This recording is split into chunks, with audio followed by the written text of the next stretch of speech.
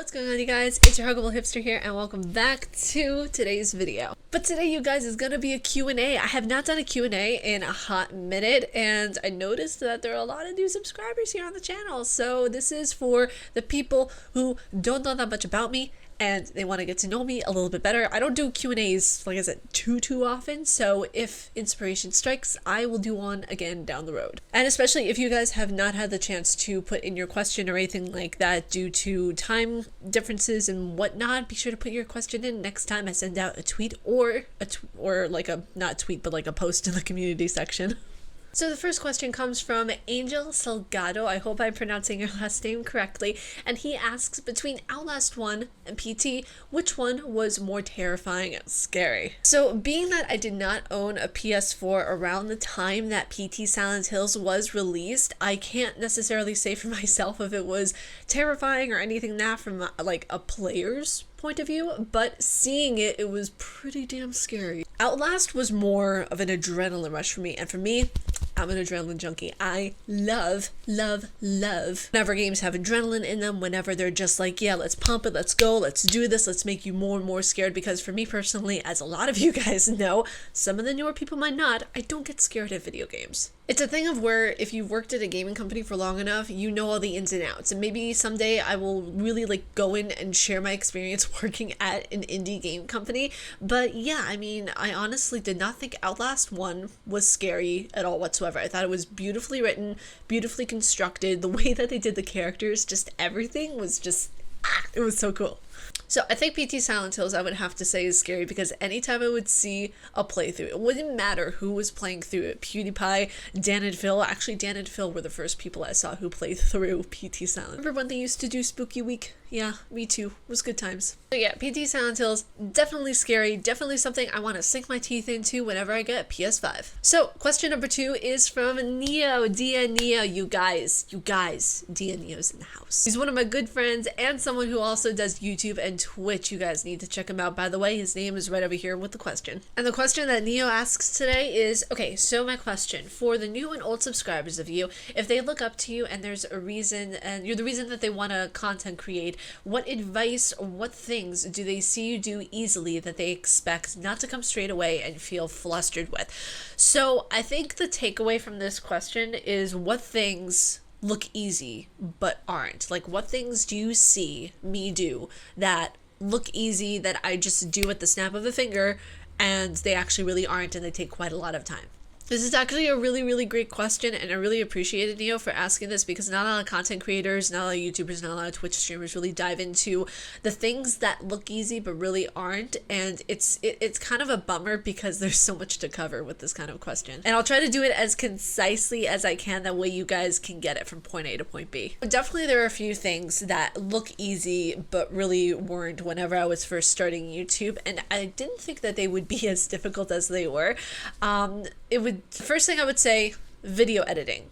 The first time I ever did video editing were projects in college. I didn't know that that would transfer over to YouTube. I didn't even know that I would be using it for YouTube at all. I thought I would just be like filming a video and then uploading it straight away. That's definitely the thing for me that I struggled with the most, was trying to edit things accordingly to my own style, to my own pace, and yet keeping it entertaining and something that you guys would find worthy to watch. In total, I've been doing editing for 7 years, but it's only almost been 4 years that I've been an editor on YouTube. And the thing is that there's no right or wrong necessarily whenever it comes to editing. You have to find your own pace, you have to find your own style, and it took me quite some time to really figure out how to cut things up, how to really, it's so simple to a lot of editors, but it's something I struggled with so much, on how to put pictures into videos and overlay things and do things that way I could like crop my face, that way it's not elongated like this, it's short and sweet kind of like this, with a background in the back like it is right now. So there's a lot of little different things that you learn as you go, and there's just a lot of little different complexities that you wouldn't really think are complexities until you try to sit down and do them, like keying out the color in a GIF. Notice a GIF right over here. I didn't realize that you have to key out the entire background in order to have it become like just a transparent GIF that you would normally see. And I just learned this recently. I just learned this about a week or so ago. Another thing that I wish people would have told me about that it would be so freaking difficult is stage presence. How to conduct yourself in front of a camera that way you're not cringeworthy. And cringeworthy can mean a multitude of things, sneezing at an inappropriate time, coughing, different hand movements, picking your damn nose, there's so many things that I learned that you have to be able to, different ways to conduct yourself in front of a camera, if you will. And it took me so much time, at different times of where I have to break accordingly in order so I can take a sip of my coffee, and that way you guys don't hear the annoying sip. I'll show you right now. Stuff like that. Another thing is setup. This is something that takes adjusting throughout your entire career if you are in entertainment at all. Where to place your mic. How to have the stand so it doesn't interfere if you're really handsy with a lot of your stuff in gaming like I am and you have a lot of different expressions. Sometimes I like to use overhead mics. Sometimes I like to use a camera on the side over here and different sides over there. There's different ways of setting up things that look easy, that looks so easy, but it takes time and it takes a lot of effort. And it takes a lot of months to really understand your audience, understand what kind of lighting is appropriate for what video, what time, what place, all that kind of stuff. And another thing, the most difficult I think I've ever had, and it has nothing to do with tech or how to have your appearance on YouTube, which is actually another one, keeping up your appearance, keeping your, yourself look clean and decent, and, having your nails done, which we I can't do right now at all because I don't have tips and I can't go out to Walmart because, I can't go out. But something that really no one warned me about when it comes to YouTube, and it's something that looks easy in front of the camera because you think that, there are a lot of vloggers that show their friends, their family, their social life, how isolating it can get at times. And you see a lot of people in front of the camera and you see the way that they present themselves to you. Not that that's a falsity, and not that that's something that they put on for the camera, but sometimes relationships and friendships can suffer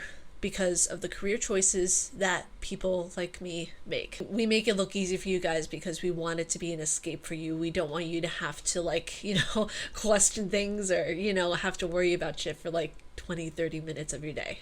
And the thing is that if anybody had told me I would lose as many friends as I did, I wouldn't have even, believed you. I would just say, okay, yeah, okay, cool, whatever, go away. And then I look at it in retrospect and I think, well, those friends weren't really necessary in my life if they weren't going to be supportive of what I do anyway. You shouldn't have to bend for anybody. That's the thing. You need to respect people, obviously, but you need to understand that a lot of the time when you choose a career path, it's never going to be easy, especially something that you're passionate about. That's another thing. If you guys are interested in becoming YouTubers and you want to market yourself accordingly, you can't look at it as something that, yeah, this is gonna be easy. No, there's business, there's marketing, there's a lot of freelance work involved. You need to be able to have multiple streams of income. That's another thing that it looks easy because you guys are seeing it all happen, but in retrospect and behind the camera, it's very, very difficult. Not only this, I run an editing business. So for me, I'm not only editing my videos, I'm editing clients' videos, and I'm doing marketing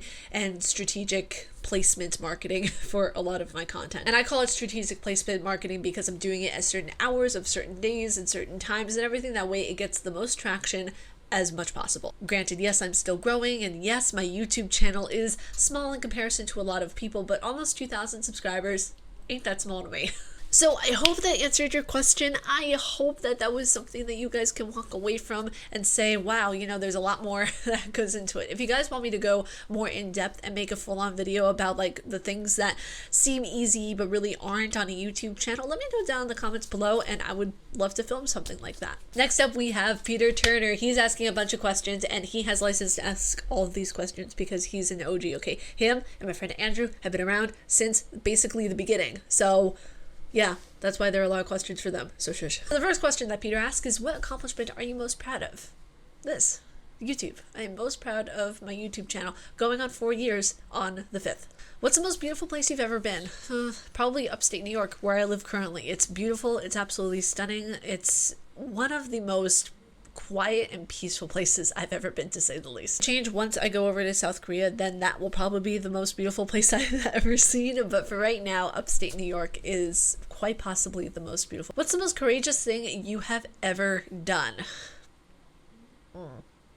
Most courageous thing I've ever done. You see, that's a difficult one because with my asthma, there ain't that much courageous going on over here. I would say continue to push and push, even though I knew things were difficult up here.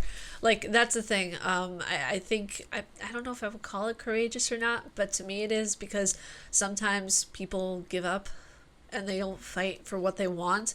So I fought for what I want, whether it be YouTube, you know, my own steady income as far as video editing goes. A lot of that, you know, stuff requires courage to do, and I feel like if you don't stand up for things that you believe in and stand up for what you want, then you know then you're kind of giving in and saying like, okay, I can't do this, you know. But you know, for me, I kind of like to push the norms, and I try to just push myself as much as possible. So as far as courage goes, I think that's the only thing that that I've done that's so what 3 items would you take to a desert island? Coffee, my Switch, and a good book. And the last one, no question is stupid. By the way, he says it's a stupid question. No question is stupid, okay? The zombie apocalypse is upon us. From the whole of gaming, which 5 characters would you choose to be in your group of survivors? Don't just pick Resident Evil people. Okay, fine. I won't pick just only Resident Evil people, but one person from the Resident Evil universe I would have in there is Jill Valentine. So one would be Jill Valentine. Another would be Sonic, because he can get really fast past like booby traps and all that kind of stuff. Let's see, another character that I would pick. Oh wow, this is actually more difficult than I thought it was going to be. Another character that I would pick would be Suna from Hellblade, because she just looks like she's straight fire with an axe. Like, I haven't played the game yet, which is coming, by the way, after Resident Evil 3 Remake, but she just looks badass.